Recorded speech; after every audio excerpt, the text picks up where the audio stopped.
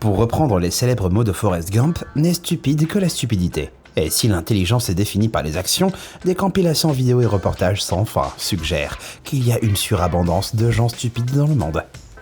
Mais qu'est-ce qui rend une personne stupide stupide ?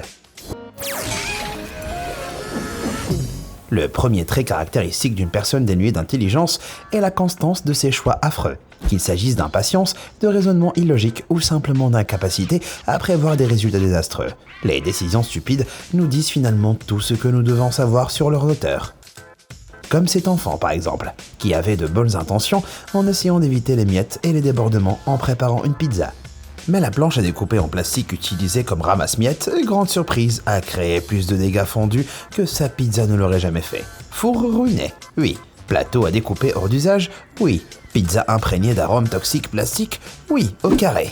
Mais le manque de prévoyance est souvent aggravé par une drôle de chose appelée impatience. Être incapable d'attendre, même lorsque ne pas attendre, pourrait entraîner un danger ou une gêne, est la marque d'une personne incapable d'évaluer rationnellement les avantages et les inconvénients. L'impatience est généralement le résultat d'un égoïsme excessif, d'une vision « moi d'abord », qui n'est pas seulement stupide, mais aussi très désagréable. Les accumulateurs de papier toilette, ces crétins impatients vendent des rescrieurs de fils de supermarché à ce chauffeur de camion dont le goût de la vitesse a bien failli provoquer un désastre total. S'il avait attendu quelques secondes de plus, il aurait probablement encore son travail.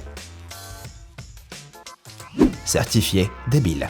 Le manque de prévoyance et de bon sens ne se limite cependant pas à nous, les gens ordinaires. Alors que l'on pourrait penser qu'il faut être un génie pour pirater le compte email du président d'un pays, il s'avère que c'est aussi facile que 1, 2, 3, 4, 5. En 2012, les courriels du président syrien Bachar el-Assad ont été piratés, après qu'il ait imprudemment utilisé 1, 2, 3, 4, 5 comme mot de passe pour ses comptes professionnels. Peut-être qu'Assad a supposé que le mot de passe était si simple que personne ne penserait jamais qu'il pouvait être aussi stupide. Je sais que vous utilisez ce mot de passe aussi, et il faut le changer après cette vidéo. Un indicateur encore plus troublant de la stupidité, c'est le mépris scandaleux pour les autres, résultant généralement d'un manque d'empathie et d'une faible conscience des conséquences potentielles. Cette attitude peut entraîner des dommages bien plus graves. Greg Aylesworth, un homme de Floride, l'a clairement démontré en 2009.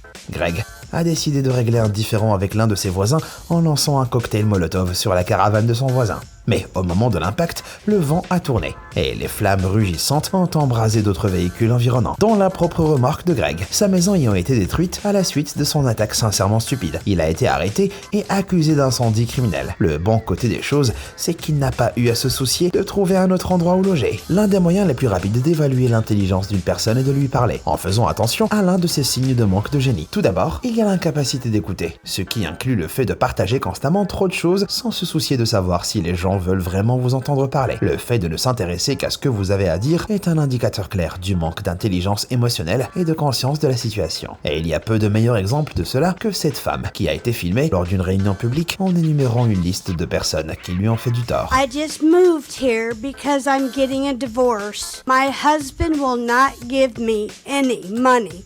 The lawyer won't help me. My husband won't help me. I have a 20-year-old daughter. She's going to college at St. Ambrose this fall. She is not helping me. Mais la réunion visait à discuter du rezonage de la ville, et non du divorce de cette femme. Et sa réaction lorsqu'elle en fut informée en disant For what? toujours pas convaincue de se taire, elle lâche un torrent de ses opinions non pertinentes, alors que les autres participants rient d'incrédulité. Again, we're here to hear comments about the rezoning. Well, I don't like Facebook. And I don't like the internet. Désolé Internet, apparemment elle ne vous aime pas. Ou son avocat. Ou sa fille. Aussi insignifiant que cela puisse paraître, une communication inefficace est un véritable obstacle à votre réussite.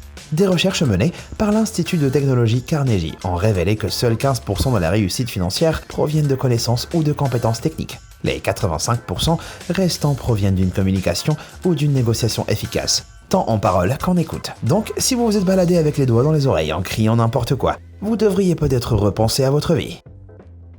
L'absence de pensée logique est une autre marque de fabrique pour ces dernières. L'addition de 2 et 2 se termine généralement par l'incendie de tous les chiffres. Mais en réalité, le fait de ne pas être capable d'établir des liens qui sont évidents ou qui nécessitent un niveau basique de pensée abstraite est l'une des définitions classiques d'une piètre intelligence. Comme lorsqu'un groupe d'automobilistes s'est garé sur un lac gelé dans le Wisconsin, par un temps bien au-dessus du point de congélation, et a fini par pêcher des 4x4. J'ai l'impression que « mais la glace a fondu » n'est pas considérée comme une excuse valable pour les compagnies d'assurance. D'autres fois, une pensée irrationnelle conduit les gens à négliger les solutions les plus évidentes à leurs problèmes. Comme ce type qui avait la bonne idée de base d'utiliser une échelle pour récupérer le tissu coincé au-dessus de sa tête. L'exécution, cependant, n'était pas si intelligente. Pour ce qui est de rater l'évidence, ce type a atteint de nouveaux sommets. Comme ce citoyen inquiet qui a signalé à la police un véhicule suspect s'arrêtant devant les boîtes aux lettres de sa rue. Après enquête, la police a découvert que le propriétaire du véhicule suspect était le facteur qui distribuait le courrier. Pouvez-vous imaginer la tournure que cela a pris ? Police ! Lâchez vos armes ! Mais ceci n'est rien comparé à une femme rencontrée par l'utilisateur de Reddit, JRA312, alors qu'il travaillait dans un magasin de camping. Elle s'est approchée de la caisse avec une bombe anti-ours, demandant si elle était censée en asperger ses enfants de la tête aux pieds. Apparemment, elle pensait que ça fonctionnait comme un insectifuge. Au moins, elle a demandé avant. Ça aurait pu être un voyage de camping douloureux. D'autres fois, le défaut de liaison entre deux éléments très évidents peut résulter d'un oubli malheureux. Ladrandrel Montgomery, par exemple, a été condamné à perpétuité pour vol à main armée. Mais des mois plus tard, son avocat a découvert un alibi solide. Ladrandrel était en prison le jour où il était censé avoir commis le vol. Un petit détail qu'il avait en quelque sorte oublié pendant le procès. La superstition est une autre conséquence naturelle de l'absence d'esprit logique. Les gens risquent de verser toutes sortes d'idées ridicules, car ils ne se remettent pas en question et n'analysent pas les choses de manière rationnelle. Si cela peut parfois être inoffensif, comme le fait de partager ses messages Facebook, aimer et partager ou votre mère va mourir, cela peut aussi mener à des situations assez sombres. Comme lorsqu'en 2017, un pasteur sud-africain a encouragé ses fidèles à boire de l'eau contenant de la morora pour prouver leur foi et guérir leur maladie spirituelle. Aveuglés par leur superstition irrationnelle d'être considérés comme impurs, plusieurs membres de la congrégation ont pris un verre. Heureusement, personne n'a été gravement blessé. Mais si le poison avait été légèrement moins dilué, leur superstition aurait pu facilement entraîner leur mort. Le comble est que comme personne n'est mort, le pasteur a probablement pensé que ça avait marché. Comme le souligne le dernier exemple, certains des indicateurs les plus évidents de la stupidité sont les manques constants d'autopréservation. Ces manquements impliquent généralement un mélange entre une absence de conscience de soi et une incapacité totale à envisager les conséquences néfastes des choix stupides. C'est le cas du photographe amateur Meki Jaidi, qui s'est fait prendre en photo par un autre photographe alors qu'il tentait de photographier l'atterrissage d'un avion dans un aéroport réputé pour ses descentes à basse altitude effrayantes, évitant de justesse la décapitation. Jaidi a réussi à prendre une photo décente, mais au prix de sa réputation intellectuelle. De même, cette fille a tiré de mauvaises conclusions lorsqu'elle a essayé d'utiliser ses nénuphars géants comme tremplin. Vu que le dessous des nénuphars ressemble à ça, ces vilaines épines l'ont probablement dissuadé de refaire cette erreur. Mais il n'y a rien de pire que les gens dont la stupidité les met dans le genre d'ennui qui, en fin de compte, finissent par coûter du temps et de l'argent à d'autres personnes. Exemple, la tendance alarmante des adultes à se coincer dans les équipements des aires de jeu pour enfants. Comme cette femme de 40 ans pour laquelle les services d'urgence ont dû être appelés après qu'elle se soit coincée dans une balançoire pour enfants. Ou ces imbéciles qui ont également dû être libérés. Et puis, il y a ces gars dont les bêtises ont été suffisamment légendaires pour être immortalisés à l'écran. Il semble que leur but ultime soit de voir leurs moments les plus bas rejoués par Danny DeVito. Ouah, quelle vie! Et parfois, des personnes dangereusement idiotes s'unissent pour se lancer dans une lubie incroyablement stupide, aux conséquences désastreuses, comme en 2014, lorsque des farceurs en ligne ont lancé une fausse publicité d'Apple, annonçant que l'on pouvait désormais recharger son iPhone en le passant au micro-ondes. Twitter a rapidement été inondé de plaintes de propriétaires ayant testé la mise à jour, pour finalement voir leur téléphone prendre feu. Si vous êtes assez stupide pour tomber dans le panneau, vous le méritez probablement. Mais la marque la plus clairement définie d'idiotie commune est sans doute cette tendance relativement récente, les défis viraux sur les médias sociaux. Plus précisément, le défi des dosettes de lessive de 2018, qui a vu des adolescents s'empiffrer de capsules de détergent pour obtenir une reconnaissance en ligne. Les dosettes ressemblent peut-être à des bonbons, mais elles n'ont certainement pas le même goût.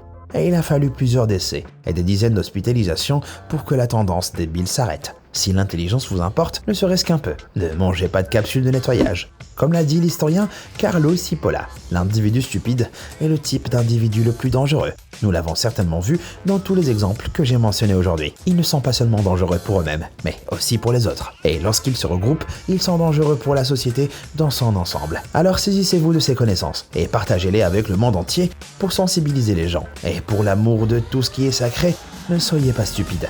Avez-vous des histoires de personnes faisant des choses sérieusement stupides? Faites-le moi savoir dans les commentaires ci-dessous. Merci d'avoir regardé et comme toujours, à bientôt.